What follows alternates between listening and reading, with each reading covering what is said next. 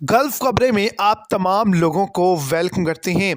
आज के दिन एक बड़ी इंफॉर्मेशन जो है वो शेयर कर दी गई है और सऊदी अरेबिया के अंदर मौजूद जितने भी पाकिस्तानी हैं जो किसी भी जगह पर मौजूद हैं, सऊदी अरब में काम करते हैं, कफ़ील कंपनी के अंडर काम करते हैं, वहाँ पर सऊदी कार्ड इकामा रखते हैं, तो उनके लिए एक बड़ा ख़तरा आ चुका है क्योंकि पाकिस्तानियों के 17,000 वीज़े एक ही दिन में कैंसिल कर दिए गए हैं और उनको सऊदी अरब से डिपोर्ट कर दिया गया है। इसके पीछे क्या वजूहात हैं, तो वीडियो की तफसीलात को जानने के लिए वीडियो को एंड तक देखें ताकि आपको तमाम डिटेल्स की अच्छे से समझ आ सके। और अगर इस चैनल पर आप फर्स्ट टाइम हैं तो लाजमी से चैनल को सब्सक्राइब कर दें, वीडियो को लाइक कर दें और अपने दोस्तों के साथ भी इसको ज़्यादा से ज़्यादा शेयर कर दें। एक बड़ी अपडेट अभी अभी शेयर की गई है। 17,000 वीज़े कैंसिल किए गए हैं जो कि गैर मुल्कियों के किए गए हैं, जिनके अंदर पाकिस्तानी, इंडियन, बांग्लादेशी, यमनी, इथोपी शामिल थे,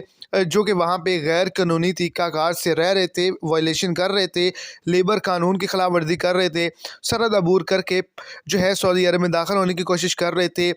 कानून रोज़गार की जो है वो वायलेशन कर रहे थे, कानून अमन की जो है वो खिलाफ वर्जी कर रहे थे, कानून लेबर की और इकामा कानून की खिलाफ वर्जी करने वालों को पकड़ा गया है और एक हफ्ते में 17,000 को पकड़ा गया है। एक ही दिन में इन तमाम लोगों को डिपोर्ट कर दिया गया।